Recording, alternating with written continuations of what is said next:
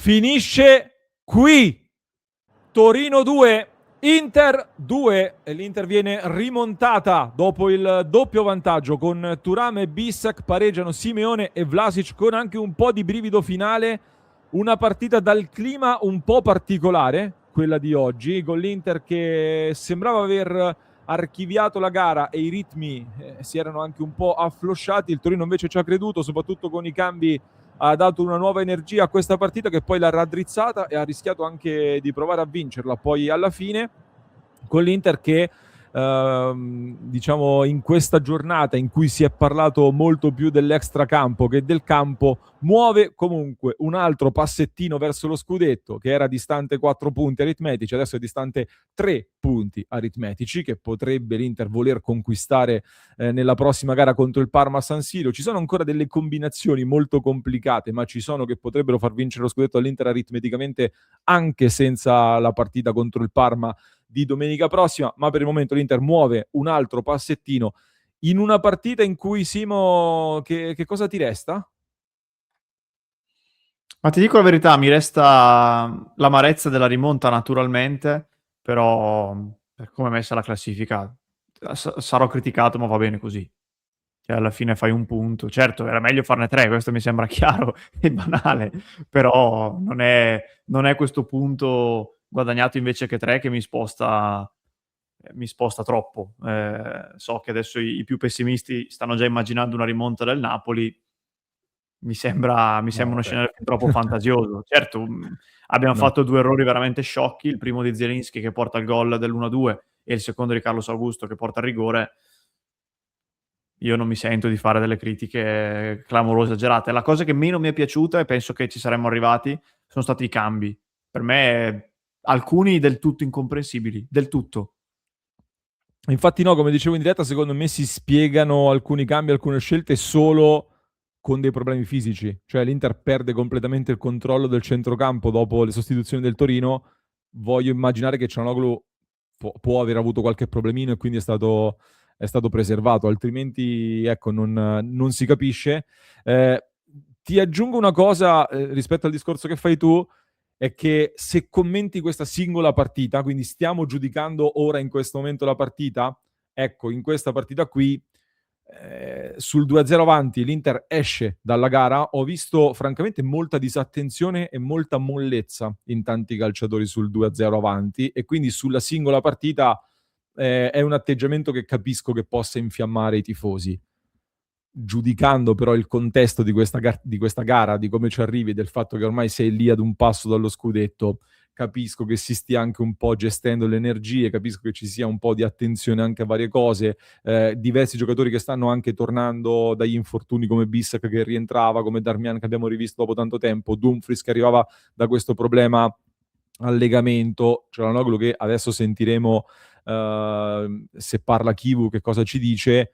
Ci sono varie cose secondo me, ecco, da questo punto di vista. Hai toccato però il tema rigore, prima di parlare di tutti gli altri argomenti, delle prestazioni dei singoli, dei migliori e dei, tra virgolette, peggiori. Ti chiedo del rigore, un rigore che comunque incide su questa gara perché porta al 2-2 del Torino, che però già da qualche minuto stava pressando e ci stava mettendo in difficoltà.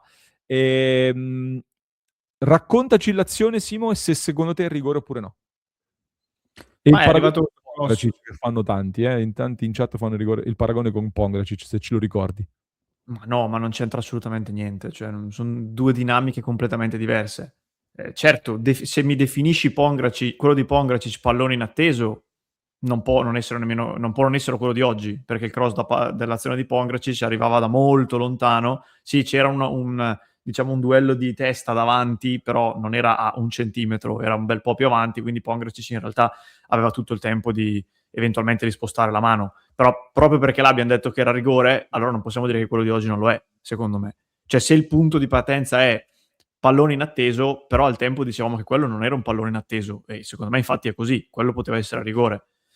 Secondo me oggi è un fischio che ci sta, nel senso che Carlos Augusto, prima ho detto errore e ho sbagliato, e non è un errore effettivamente, è diciamo un movimento istintivo, secondo me, quello che fa Carlos Augusto, di proteggersi perché vede un uomo avversario che gli salta da vicino per colpire di testa, però è evidente che se nel proteggerti ti metti con le braccia così e la palla ti rimbalza addosso, ti assumi un po' il rischio. Io me lo sto immaginando a maglie invertite, mi sarei arrabbiato molto se non mi avessero dato un rigore così. È una questione anche un po' di sfortuna, nel senso che se lì la palla gli rimbalza qui invece che qui, non è rigore, però a volte c'entra anche quello. Secondo me non è un rigore inventato, come vedo che scrive qualcuno in chat, non lo definirei inventato questo calcio di rigore. Sai qual è il grande tema secondo me, Simo? Che allora, intanto gli episodi sono spesso, nel senso, non è che gli episodi sono o 0 o 100, molto spesso Esatto. sono tipo 30-70, 40-60. Questo è un altro episodio che secondo me va collocato in una zona, non dico grigia, ma comunque non binaria, non 0-100. Quindi partiamo da questa cosa. Aggiungiamo che questo secondo me è il classico esempio di episodio che nel calcio non dovrebbe esserci, secondo me, non può essere considerato rigore. Purtroppo quest'anno li stanno dando. E quindi, secondo me, per come sta andando la direzione di questa stagione, escludiamo il caso Pongracic. Il caso Pongracic ce l'hanno giustificato in qualche modo. Per me quello è stato un errore clamoroso. Il tocco di mano di Pongracic era rigore netto per l'Inter, non è stato dato. E quindi quello escludiamolo. Lì è stato un errore e siamo stati danneggiati lì, come siamo stati danneggiati contro il Napoli all'andata, come siamo stati danneggiati nel derby con Ricci, come siamo stati danneggiati con l'Atalanta, con Frattesi, eccetera.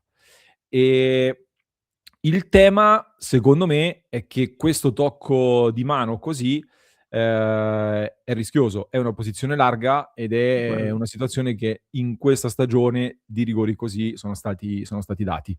Per esempio, per me, come citavo in diretta, potrebbe ricordare un po' di più l'episodio in Inter-Fiorentina con Darmian, che tocca la palla con la mano, ma in quell'occasione lì per me quello con Darmian era meno rigore di questo, perché Darmian era girato, la palla stava andando all'indietro e soprattutto Darmian riceve anche un tocco sulla schiena da Ken, che fa la differenza, secondo me, quindi quello non era rigore.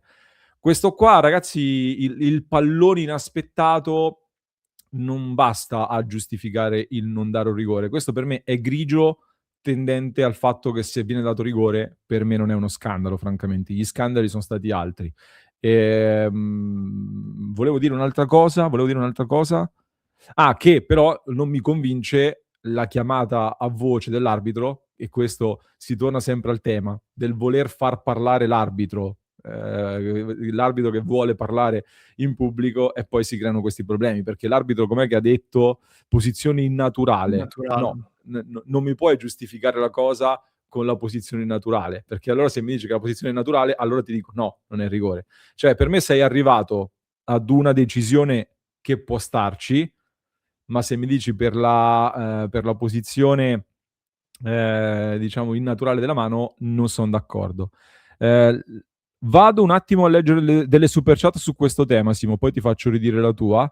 Ringrazio De Pica Pica che parla di ladrata per questa situazione qua.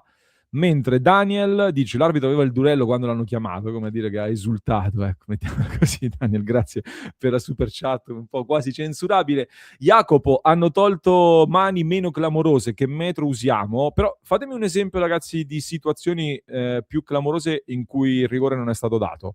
Quello di Pongracic era diverso. Secondo me, bravo Matteo, bravissimo Matteo, mi ha anticipato, il tema sul perché viene dato questo rigore è perché il braccio è così, è alto. Purtroppo quest'anno abbiamo visto che gli arbitri danno quasi sempre rigore quando il braccio è alto così. E quindi braccio alto così, fuori dalla figura, eccetera, per i parametri di questa stagione è calcio di rigore, purtroppo. Dark Side, con la Fiorentina non era palla inaspettata da 40 metri, sono dei pagliacci, il rigore ci può anche stare, ma a quanto pare vale solo per noi. Questo è un altro discorso, Simo. Sì, no, infatti quello che dicevo prima, la giustificazione del pallone inaspettato di Pongracic è ridicola. Quello non può mai essere un pallone inaspettato e infatti anche al tempo abbiamo detto quello per noi era calcio di rigore.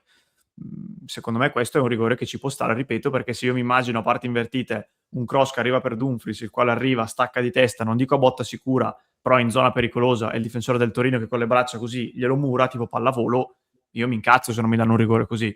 Poi se la spiegazione è ma ne hanno tolti altri e non li danno solo perché è l'Inter, può anche essere vero, cioè quest'anno abbiamo raccontato di tanti episodi anche poco spiegabili che non ci hanno dato, però questa non può essere la motivazione per giudicare un episodio, secondo me. Cioè la motivazione è la casistica e altre cose, non il fatto che l'Inter loro non lo danno, almeno per come la vedo io.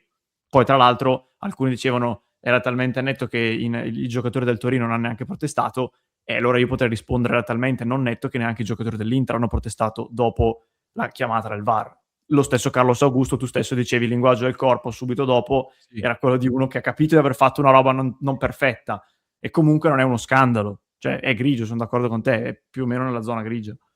Carlos Augusto per me ha proprio le movenze di chi ha capito che ha rischiato qualcosa, infatti lascia andare un po' il tiro dopo. Solo una cosa ragazzi, perché ho visto qualcuno addirittura insultarmi, Benito qua che vi dice mi spiace quando sei nato, vi manca coerenza perché? Secondo me manca coerenza a chi col paraocchi e con la bava alla bocca spera che noi veniamo qua solo a dire ce l'hanno tutti con noi, rubano tutti contro di noi e invece a favore degli altri va tutto bene. No ragazzi, non funziona così, non funziona così, perché io so già che ci saranno degli youtuber che vi stanno più simpatici, e non me ne frega niente, ma potete andare tranquillamente da loro se preferite, che vi diranno solo, ce l'hanno solo con noi, tutti contro di noi, tutti contro l'Inter, ci hanno rubato tutte le partite, tutti gli episodi arbitrali sono contro di noi. Qui si fa un'analisi oggettiva. E io vi aggiungo, l'unico episodio che mi avete citato di mano non data è quello di Buongiorno nella partita tra Parma e Napoli. E io vi riporto, e poi non è che vi dovete arrabbiare con me, ragazzi, io vi sto dando un'interpretazione da giornalista di quelle che sono le decisioni degli arbitri. Perché gli arbitri non hanno dato il rigore di Buongiorno e secondo l'interpretazione arbitrale è corretta quella decisione? Perché Buongiorno ha il braccio largo, ma è un pallone inatteso, a parte che non era alto come quello di Carlos Augusto, era un po' più basso, ma poi era era posizione in attesa perché il pallone arriva dal proprio compagno di squadra. La giustificazione che danno a livello arbitrale è di un pallone che arrivando da un proprio compagno di squadra è inaspettato, perché dicono, e questo ragazzi è quello che dice l'arbitro, che sono vicini e il tocco è molto vicino e quindi è inaspettato. Anche lì, secondo me, è una scelta al limite, come questa per me è un 30-70, quella lì magari era un 70-30, che con questa interpretazione qui diventa non rigore.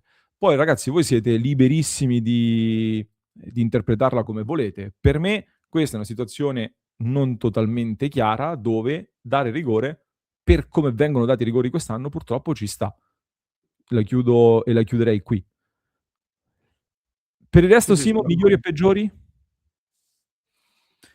Ma sono stati anche due tempi molto diversi, tra l'uno con l'altro. Io ripeto, per me la partita è un po' girata anche nella scelta dei cambi, che io non ho capito.